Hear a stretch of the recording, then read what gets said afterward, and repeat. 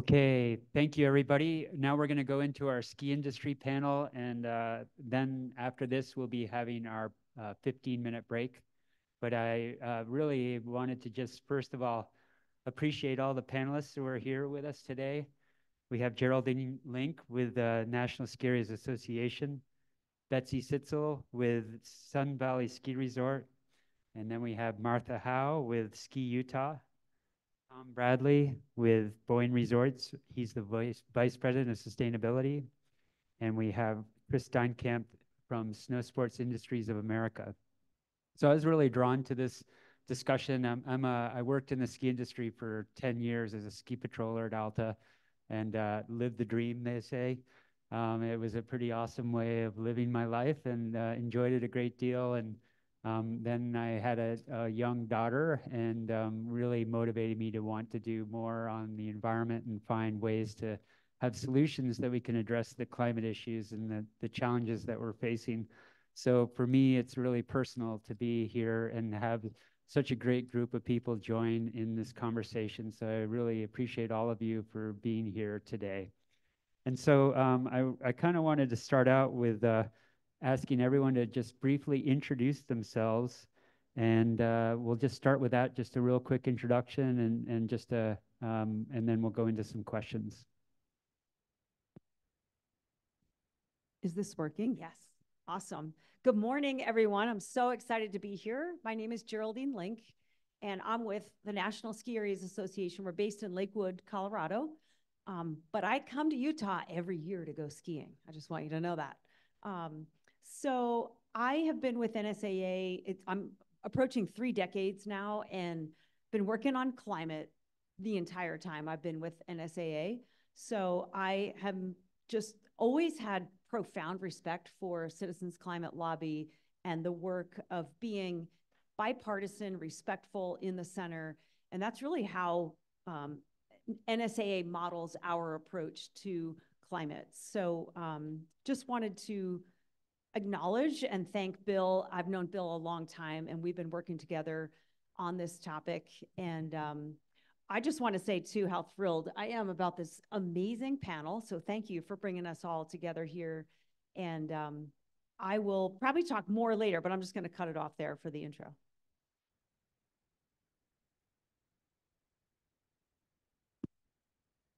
Hi, my name is Betsy, and I'm with Sun Valley Company. And first off, I just have to say I'm very happy to be here and surprised to be here. So thank you. And I have this lovely woman next to me to thank for that. But also, too, I remember when I graduated school that I applied for many jobs with CCL, and just really appreciate all the good work y'all are doing. So thank you to all of you that are here and for all the advocacy work that you guys do every day.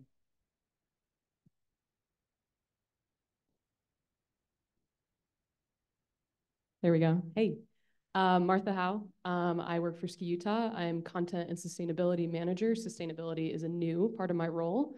For a while, we were just doing climate neutral and calling it good, but I figured we need to do more than that. So I took that on, and I've been working with everyone in the industry to figure out the best way to continue to make skiing sustainable and keep the snow around for longer. I've been in the ski industry since 2016, mostly doing photo video work, but also very interested in sustainability. I studied it in school, so really happy to be here. I'm from the East Coast, and now I'm studying out here, so great.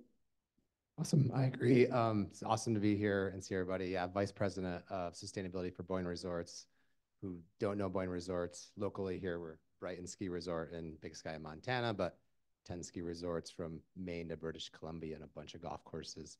Yeah, and so kind of just a tidbit, I started off my career 20 years ago or so in the environmental compliance realm when sustainability was still kind of not a lot of jobs out there. So John Curtis mentioned clean air. That's where I kind of started with the Division of Air Quality and doing environmental compliance, and then moved on to Questar and /Dominion Energy. And something that really stuck out to me was that big gap between environmental compliance and driving compliance around climate. And so kind of that shifted my environmental compliance career into more of the sustainability, going above and beyond what the requirements and regulations are. So, yeah. Good morning, everybody. My name is Chris Steinkamp, and I am with Snowsports Industries America. We're based in Park City, and we represent all of the manufacturers and the retailers in the ski industry, so the hard goods and the soft good manufacturers and retailers. I've been in this business, maybe not as long as Geraldine has, but since about 2008, working on climate and starting out trying to build a grassroots force of real climate activists. And we always held Citizens Climate Lobby as the bar that we were always trying to set and achieve. So it's really amazing to finally be here and to be amongst you all. So thanks. Great, thanks for all of that. And just to start off the conversation, I would like to ask, really in the context of having the greatest impact on facing the climate challenge, what are you most excited about with your businesses or trade organizations right now?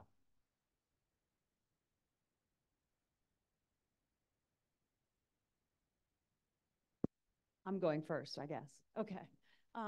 Happy to launch this. And there is so much that I'm excited about, honestly. And that might sound crazy because when you're working on climate, it can get very discouraging at times. And there are moments when you just are frustrated and you want things to move. But I'll just say, from my standpoint, industry-wide, we have the next generation of leaders and employees who are super engaged on sustainability, climate, and solving this issue that is a threat to lifestyle, to livelihood, to all of those things that John Curtis was just speaking about. So we have that next generation of people.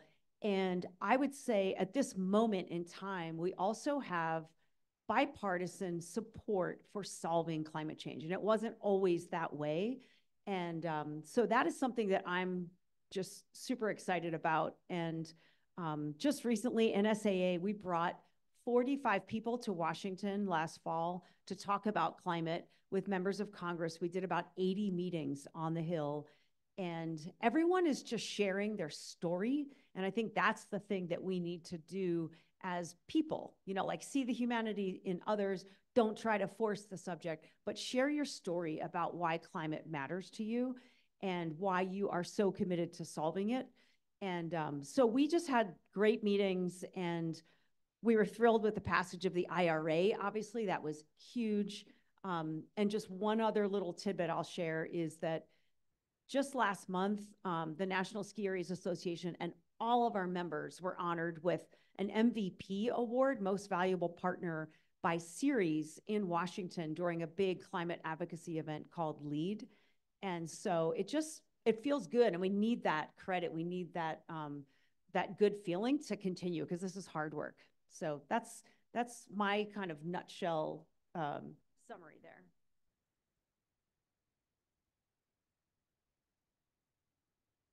So I would say there's so many things that I'm excited about, but I would say one of them is, so I'm coming from Sun Valley Company in Sun Valley, which is rural central Idaho. And Sun Valley Resort is the oldest ski resort in the nation. So we're going, I think, on 88, 89 years. And the fact that we are now fully embarking on this journey, I really like how Representative Curtis talked about that. I've been in this role for 6 months, being a sustainability manager, and I think that's huge. And in 6 months, I'm sitting here. I'm sitting with all of you. We're on this journey together, and I think that's really powerful. And Sun Valley Company is owned by a greater company called Grand America Hotel and Resorts, so big roots here in the Salt Lake area. And I think the more we talk about these and talk about these conversations in ways that everybody can be a part of it is really, truly what I'm excited about, and how we bring people along on that journey.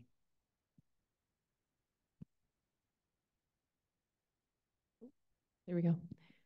So Ski Utah supports all 15 resorts in Utah, and we back them with all the decisions that they want to make, and we try to hype them up as much as we can. So that being said, I'm really excited to see that there are so many sustainability roles being created at these resorts. And Tom and I actually had a meeting recently with everyone who was involved in sustainability at those resorts. And Hillary from Snowbird was spearheading that. And she said in 2016, they had the first meeting of all those sustainability focused positions, and there were only 4 people there. And then this past one, we had 15 people there, and I think about 6 resorts were represented. So it's really amazing to see that growth in those roles. And Park City even has one specific role for just sustainability. A lot of these roles right now are, for mine example, is content and sustainability. So I'm running around taking photos and videos, but also I'm really passionate about sustainability. So it's really hard to have those roles being divided right now because you can't focus all your energy on that sustainability part. So I think I had a lot of positive, hope that those roles will be very specific in just sustainability going forward.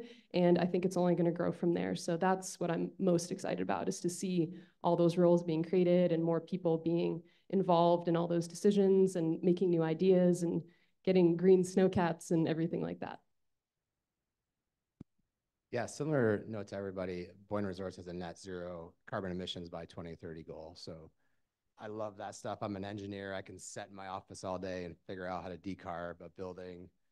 But that's me working with a handful of people. What's really excites me, the industry-wide and, outside of the industry, is bringing everybody along. So Boyne Resorts has 10,000 people, 10,000 employees, right? So how can I engage all those employees to bring them along on a journey to make that really big, right? So employees may stay with a company forever, they may leave. So how can they learn something on decarbonization, renewable energy, all these great things to move the needle on climate? Because they may go to another job. They may take that into their personal life, to share that a lot. And then the big part around engagement is advocacy. The great work you all do here. And thinking about that as a company, we're not experts at advocacy. And so Geraldine does an amazing work bringing the industry along, but organizations like yourself play such an important role. So we've been, supporting the Climate Dividend Act, or the Carbon Dividend Act, since 2021 at all 12 resorts. Like, for us to do that alone is a big ask, but to have you all do your amazing work and us kind of jump on as support is super huge. A couple other examples around that I think that's been really great recently is there's, the Clean Car Act. California has this, a lot of states are trying to adopt this. This is kind of pushing forward the adoption of EV vehicles. And so in Maine, they wanted to push this forward. We have, Sugarloaf and Sunday River are big names in Maine, kind of the bigger resorts. So having us sign on, I think, was super important to get this moving forward. So we signed on to support. We did a nice little op-ed in the newspapers saying, we're not car manufacturers, but we'll make sure EV infrastructure is dialed as it can be and growing in our resorts to support this transition to EV vehicles. One that I'm really excited about that's just actually happens in a couple of days, is thinking about the PSC. We think about all these regulatory work, and PSCs, the public service commissions in our states, they're kind of a small organization, usually 8 to 10 people. They have a lot to say on what happens in our utility grids, especially in these regulated utilities, as in most of the West. And so this is kind of on the back of the health case in Montana. Big Sky is a big resort, a big economic driver, but also a big user of power in Montana.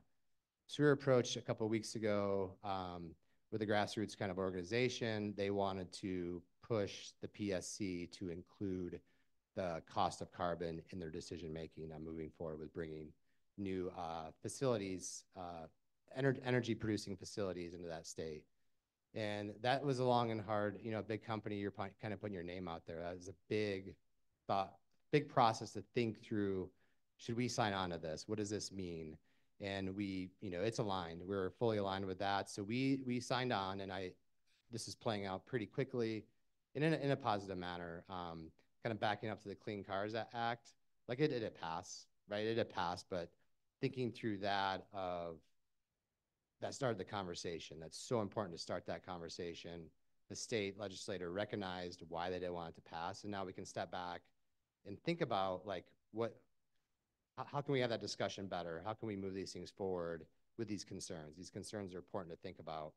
And so going forward back to the Montana Public Service Commission, seeing 40 businesses and organizations sign on and say, hey, we want you to think about the cost of carbon in your decision-making, which is pretty rare with PSCs. They're kind of old school kind of organizations. You know, it went to the PSC petition. It passed 5-0 that they're going to hold a hearing on Monday. And thinking about our role, you know, looking at that list of 40 organizations and realizing we are the biggest organization on that list. We are probably the biggest economic driver in Montana on that list. And we are actually the biggest power user on that list. And thinking how we should keep going. And on Monday, our COO and president of Big Sky will be driving to Helena to be a big part of that hearing to address why we need to think about a price on carbon in decision-making going forward. Similar what we've seen a couple days ago on Rocky Mountain's decision, you know, those utilities in these coal producing regions, like that's where they kind of push their thoughts to is we've done coal for a while. How can we, you know, how can we get away from that?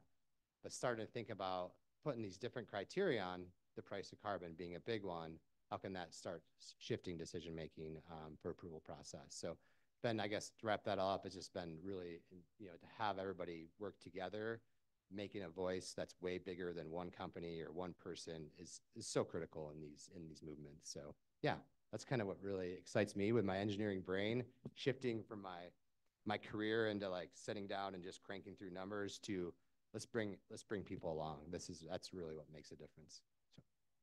I guess I'm playing cleanup here. I just, you know, what really gets me excited is the fact that, well, first of all, that we're all up here together. I think our industry, all the different segments of our industry are coming together on climate. And it's been happening for a while, but it's really starting to happen now. And we're starting to really leverage our weight on some of these big issues. You know, our industry is collectively a $90 billion industry. So when you really think about that, compared to some of the other industries that are having some real influence at the state and federal level, and we should be up there, and we are up there. We've had some influence on the IRA. Clean Cars passed in Colorado, and we were influential along with NSAA and some of the other partners in the ski industry to get that passed. So we're starting to play outside of our industry along some big players. You know, Geraldine had mentioned Ceres, and that's a conglomeration of a lot of different large corporations outside of the ski industry, and we're all a very big part of that. So I think what it really excites me now is the ski industry is part of the high level conversations at both the state and federal level where we haven't really been part of in the past. But secondly, we're also, you know, we're a global industry, and we can't act as a domestic player on climate anymore. Obviously, we all know that climate is a global issue, and we've got to start thinking like that. So from our perspective, our industry is run in many cases by large parent companies in Europe. So we're starting to really think about how we can start to play a role on climate in partnership with some of the big conglomerates in Europe that drive the US ski industry. Now I'm talking about the hard goods and the soft good industry. So Atomic and Kesley and Rossignol and Solomon, they're all very progressive on climate in Europe. And how can we start to take that perspective and bring it to the US and drive that same kind of effort here? And that's starting to happen. That's really starting to excite me about that too. So yeah, that's it. Great, thank you. Now, I know some of you have answered some of these pieces of these questions along the way, but I'm just curious, you know, what we're really working with Citizens Climate Lobby right now is to really raise the effort to just have climate conversations and have conversations with people that don't normally have conversations with others about climate. And I'm curious how you're engaging with your customers or your members of your associations on this issue to try to engage in that way and have more of a conversation with the people that are your customers. And we don't have to go in the exact order either, so I apologize for that, but.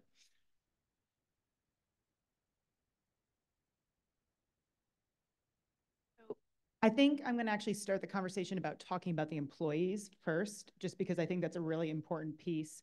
So like I said, I'm coming from rural central Idaho. And for me, I have been in the environmental world for, let's say, 15 years. And for 10 of those years, I worked in environmental advocacy at the state level in Idaho, which was considered one of the harder states to do conservation work.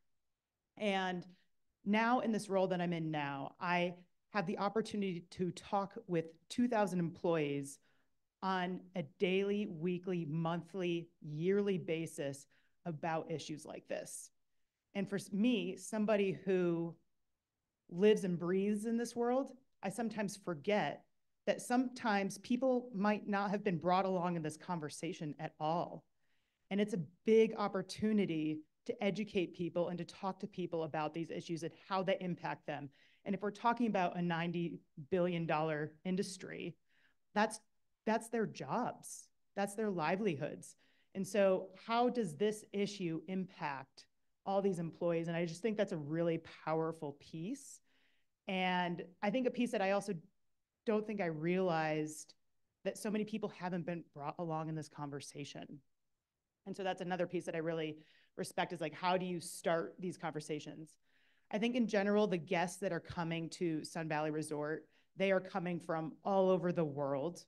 And I would say this is something they want to be a part of their experience. They want to come to this rural, mountainous, clean air, clean water area, and they want to see business participating in protecting these places, being a part of the climate decision. And we're just starting this journey, like I said. And I think there's a big opportunity coming ahead. So stay tuned. I can add to that. Just adding on to it. Between everybody in this room, we have a lot of opportunity to talk to a lot of people and help move forward in climate solutions. And I think it's a constant journey on how do you bring everybody along. I think I've learned a lot throughout my career by mistakes, right? Scaring people away, shaming people, not intentionally, but how someone receives that. You wouldn't think it would happen, but like, oh, that was a mismark. And pollution, right? Can you talk about climate? Talk about pollution instead of climate change. That's a strategy. All these different things, because you don't want to miss the opportunities when you have sometimes a very big audience to talk to. And so I think it is a constantly evolving in learning from your mistakes and how you speak to people. Sometimes it's unfortunate, but you learn from your mistakes sometimes more than not. And so yeah, thinking through that and learning from everybody. Like I'll admit I'm not a member of CCL yet, but like your website is great, right? So I can kind of go through there. How do you all speak on a bipartisan level? Listening to Representative Curtis, that's I have notes like, okay, how does he go through that? Speaking across the aisle, it's a constant learning evolution, I feel, and so I think that's kind of where I'm at on that one. Bill, you recognized this when we spoke first a few years ago, but from the manufacturer's perspective, I mean, some of the brands in our industry have such brand influence. I mean, think about Patagonia and the North Face and Salomon. The people that follow those brands, the number of people that follow those brands is massive. And if we can consolidate the messaging and the effort amongst all of us, but also on the brands side, the reach is almost infinite. So we can really create a grassroots movement by leveraging the power of the social influence that our brands have. And we're really working hard on that. We had a climate summit in Sundance about six weeks ago. Tom was there, and also Ski Utah was there as well. And it was really interesting because we had one conversation about just that. How can we work together to mobilize all the people that follow us and all the people that respect our brands? And it was a really interesting conversation because we had the resorts, the retailers, the trade associations, including the U.S. Ski and Snowboard Association, which has a ton of athletes who have incredible reach, even beyond what we're talking about here. But collectively, it could be massive. And that's one thing that we've really got to work on and do a better job of, but we have the opportunity to do it. Yeah, just to stem off that, it's clearly no secret that people care about these outdoor spaces. Like the numbers don't lie. Like everyone loves to ski, everyone loves to be out in the mountains and everything. So we're already there. People already care about these spaces. So now we just need to educate them on how to preserve them and do it in a simple way. Like start small, and that's where Ski Utah's at right now. What's the small things that we can encourage those skier visitors to do to start making a bigger impact if we all do it together? Like they're already there in the spaces, they already love winter. Let's start letting them know how to preserve it for the future. And that's basically my goal here in this role. I'll just add, we talk a lot about the impacts of climate on skiing and losing days of a season. The winter parts of it are very obvious to people. But NSAA also, we encourage our members, and we do this ourselves in Washington, but we have this unique perspective that allows us to reach across the aisle and connect with people on the basis of the fact that we manage thousands of acres of land. And that's a very, very unique position to be in on two issues I'll just throw out there. One of them is wildfire risk and how much climate impacts wildfire risk for ski areas. So the public land ski areas across the country, and there's 127 of them, they have invested $9.5 billion in infrastructure. So if you think about that and the mountain communities in which these resorts operate and all of the jobs and economy tied to those operations, it's a very big deal. And so we like to talk about wildfire risk and not just the obvious things like we're gonna have less snowfall or different shifts in our season and things like that. The other thing I wanna just quickly address is permit reform. So ski areas manage thousands of acres of national forests. We do the NEPA process, the National Environmental Policy Act process, every day on projects. We're good at it. We work at it. And there is a way to reform process where you have solid federal decision-making, but you're not over-analyzing everything. And I know this is a sensitive topic, but there's this sweet spot, if you can get there, where you actually achieve what you're trying to achieve, and you are thoughtful about the decision, and you're inclusive in the public process, but you can get there. And I feel like if we want to see all of the investments of the IRA actually hit the ground and be implemented, we have to look at permit reform as a really serious issue. And recently, Secretary Granholm at a meeting in DC said, permit reform is a shot clock. And I love that she said that because it got all of our attention. We don't have time to just keep the status quo. We've got to speed up the action here on clean energy project implementation. And so that's just something that we work on that's not maybe so obvious to people. It's a little bit policy wonky because that's kind of how I am. But NSA is not so much a consumer-facing organization, but we work hard on supporting the management of all of those thousands of acres of public land. Great, thanks. We're going to open this up to questions from the audience here in a second, but one more question from me, which I'm curious about. When I started doing advocacy, no one was really talking about climate, and I'm imagining, you're all leaders in the industry talking about it, you're concerned about it, you're wanting to take these actions. I'm guessing that that's probably not standard across the board everywhere, and so how are you dealing with objections, or what are the objections that you see by others, and how do you work on bringing other people in the industry along? And I'll jump in just real quick on that one. I mean, we model after CCL in staying in the middle, seeing the humanity in others, having conversations, sharing stories, being respectful, all of those things. So I think that just bringing up, for us, I like to talk about economic impacts because they're gigantic when it comes to the outdoor recreation industry. And so I think that's one of the things that we like to talk about. But at the same time, you do have to meet people where they are. And if someone else's livelihood is at stake, you're not going to make that progress unless you acknowledge that everyone has something to lose, but everyone has something to gain as well. So I feel like that middle ground respect is where we try to focus. Yeah, I think having people like Geraldine is super critical for the ski industry, and having that bigger trading organizations to help companies the size of Boyne or Vail or Alta down to the singular ski resort, so everybody can kind of understand what advocacy means. And advocacy can be scary when you're working for a business, right? Because businesses need like especially customer-based businesses, right? You got to think about what that means to the business to advocate for something, and how do you think about your customers, right? What do they think of? That looks different for every type of company, and that's always going to be true, publicly traded versus privately. And so I think advocacy is I think, I mean, 10 years ago, it was scary to me to think about how do you advocate and how do you be smart about it.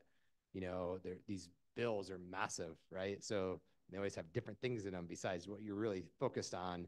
And so that navigating those things is a big one. You know, that meeting with SIA, that was so helpful for me to understand like this broader perspective of certain things. And SIA constantly brings these to the table. You know, what you all do, bringing that stuff to us and being like, hey, this is what it means.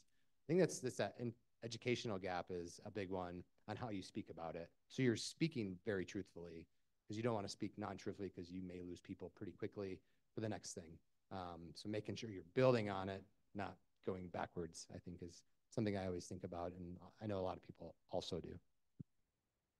You know, I think from our perspective, you know, most every brand in our industry understands that climate change is here. But our challenge now is to get them to prioritize their work, because there's so much going on, depending on how the weather's been or how the winter has been, about, you know, sales figures and forecasting, all that kind of stuff that they have to deal with. We've got to make sure that they put climate change on par with all of that, if not number one. So what we talk to them about is, you know, not just the impact on the industry and their specific business and what that could look like 5, 10, 15 years down the road, but the opportunity that they have right now to make their business better.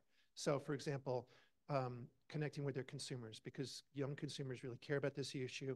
They're making their buying decisions on a company's stance on environmental issues, so that's one thing, but also their employees, and bringing in smart, motivated, purpose-driven employees has a big part on, you know, on their climate stance. So these are all opportunities for businesses to not only protect what they have, but to make their businesses better, and that's what we talk about a lot.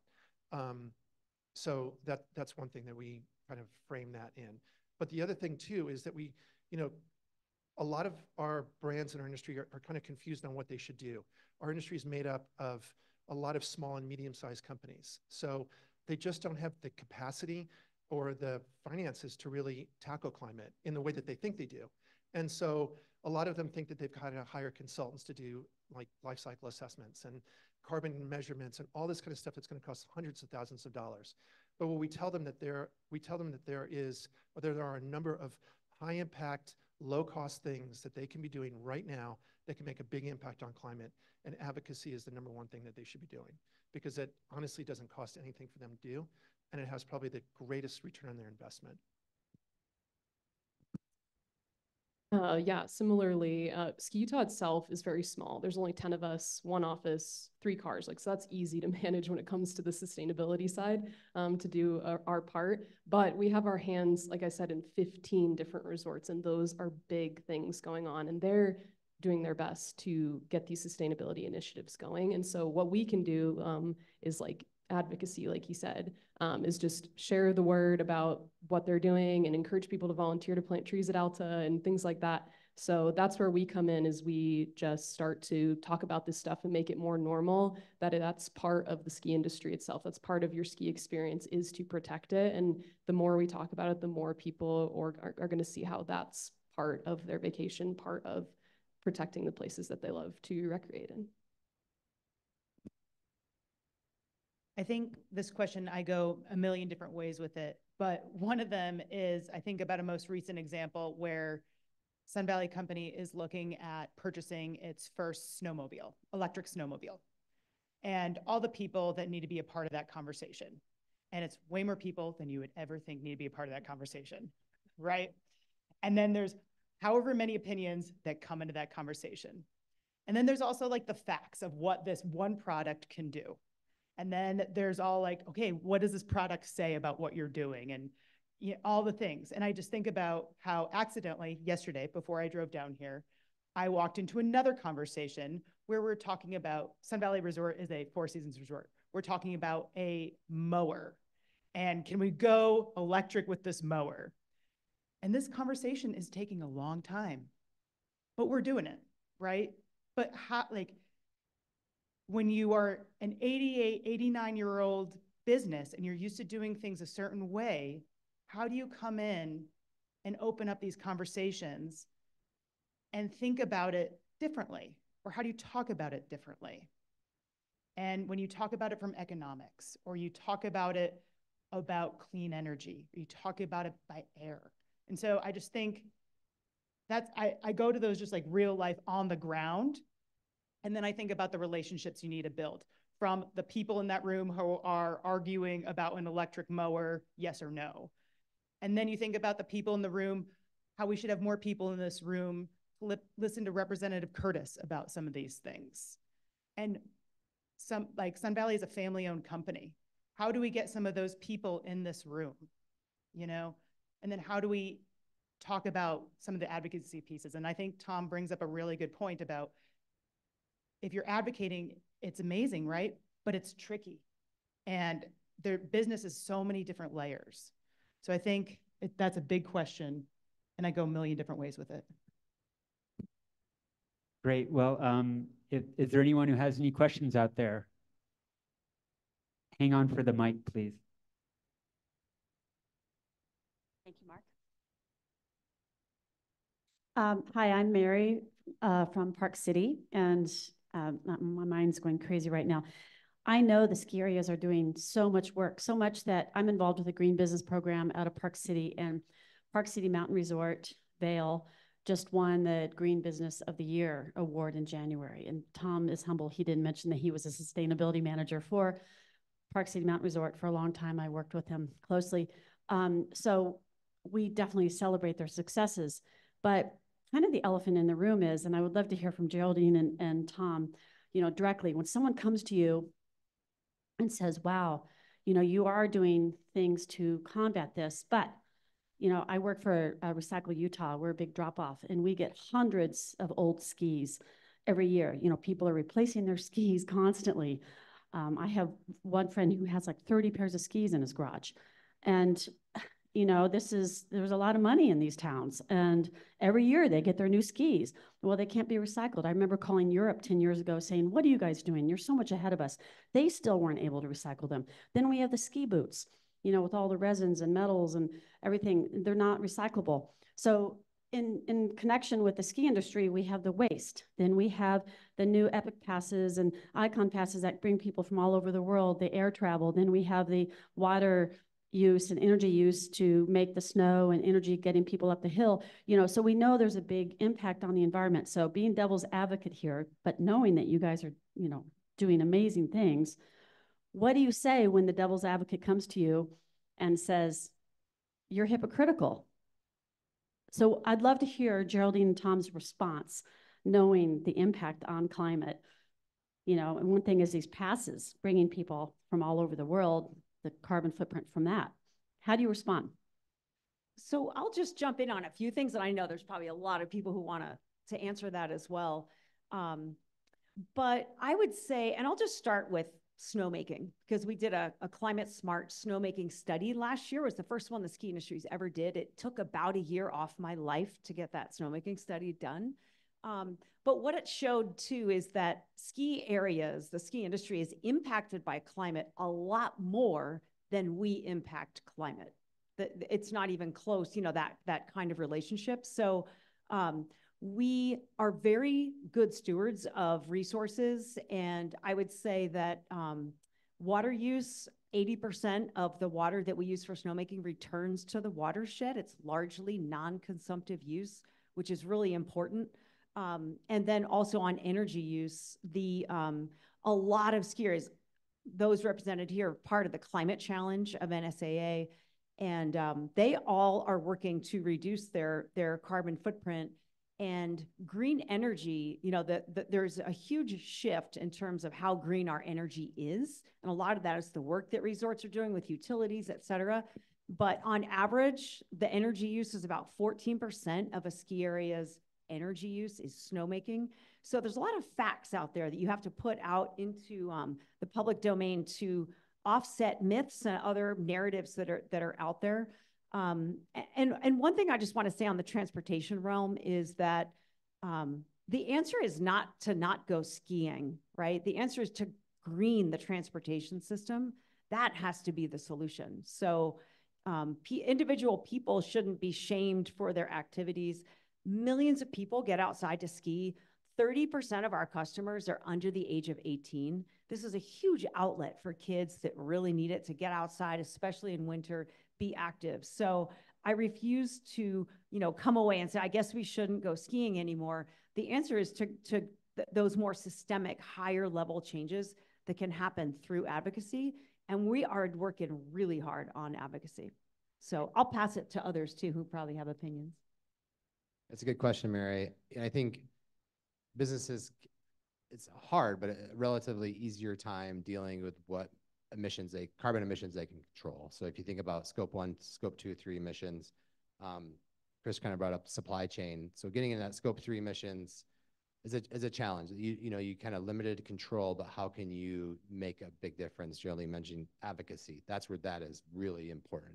I mentioned the Clean Car Act that we're supporting, that was supported in Colorado by multiple ski resorts. So how can we, public transportation, how can we support in our local communities that? How can we figure out how to get people to the resort in a greener way, right? The products, right? The products that we're using, the supply chain, how can we work with those suppliers to green that supply chain emissions? So it's real, it's a challenge, but I think it's the advocacy piece is a big piece of it. And how can you support companies that are really driving, supporting a company that's a greener company that's really putting your money where your mouth is, right? So how can you make that change if it's possible? All those things. Snowmaking is a great one, right? The manufacturers are driving technology. They're not going to keep driving unless you buy the greener technology. So that's a great way to do it, right? HKD is a big producer. They have great technology. Let's invest in it. That helps them with their R&D for the next greatest thing. So I think it's a movement, but it's the scope 3 ones that are a little bit out of your control. Advocacy needs to be the big piece that kind of can help with that. Just one thing to add to that about the recycling skis. Every large manufacturer in the ski industry is trying to tackle that because they understand that that's a problem.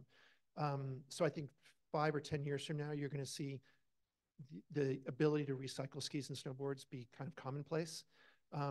Rossignol just launched a recyclable ski that you'll see in the retailers now. But until then, reuse has to be part of the equation. How can we get those old skis back into the system? And that's part of what the industry is talking about. So hopefully that's a problem. But I think until then, like Geraldine said, we've just got to focus on the systemic issues. How can we as an industry start to drive the bigger buckets of carbon in our industry, transportation and energy? And whether that's, obviously that's outside of our industry, but we can have a big influence on the grid and how people get to and from our ski resorts. I just have to say we're just about out of time. So I'd love to hear what you have to say, but we just have a couple minutes.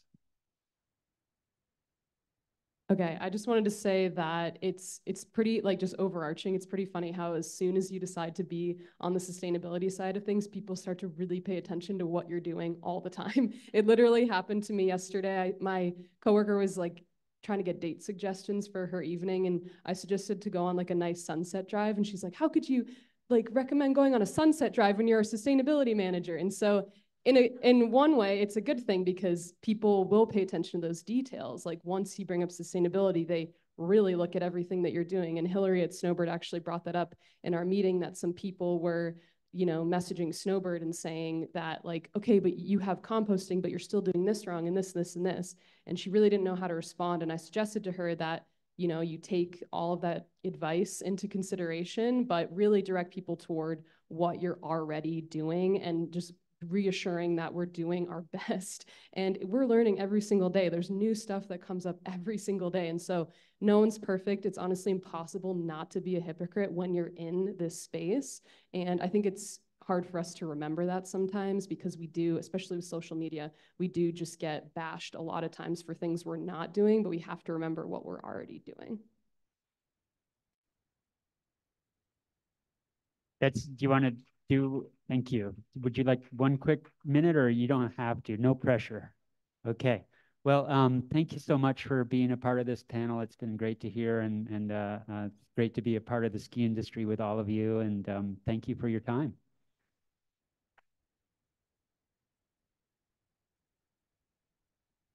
All right. Well, thank you so much, everybody. We're going to now go to the fun part of the conference where I ask you to show me your money. This is the fundraising segment. We're going to make it not painful and very short, and then I will release you to the break. So for those of you who have not met me, I'm Laurel Eastman. I am a 3-year veteran of volunteering with Citizens Climate Lobby. I'm part of Robin's Montana chapter with Angie and work statewide with Mary. A big shout out to my Montana people. And yeah, my journey to come here has been kind of a fun one. I started on a ranch in Northern California. A lot of beauty, a lot of animals, a lot of nature, no money, no money. So food stamps. My family was not giving money away. Luckily, they sorted it out. So when we moved to Montana, I was like blown away. I was like, okay, this is worth saving. Got my degree in environmental studies, great. Went out and got completely distracted by kite surfing. 20 years, 20 years, I went kite surfing. I helped people to love nature.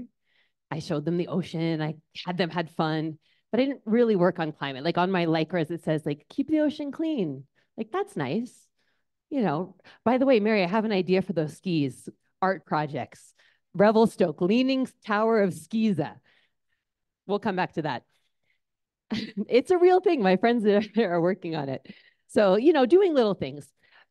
COVID hit. You might remember when that happened. And I was like, oh, yeah, no, I don't want to go and be a super spreader. If you know me, you will know that I have that ability to not be able to hug you. So I was like, went back to Montana after 20 years gone. I was shocked. Winter was different. The snow was not as fun. Before I did kiting, I got into snowboarding. You know, that's what brought me into it. I forgot to mention that the 20 years was not just goofing off kiting. I had a small business and it still operates today. It's in Dominican Republic. It's a very low income country. So when you live and work in that place, you see the need to give. So I gave my time, you know, little sponsorships here and there. But remember, I grew up poor, so I wasn't used to giving money.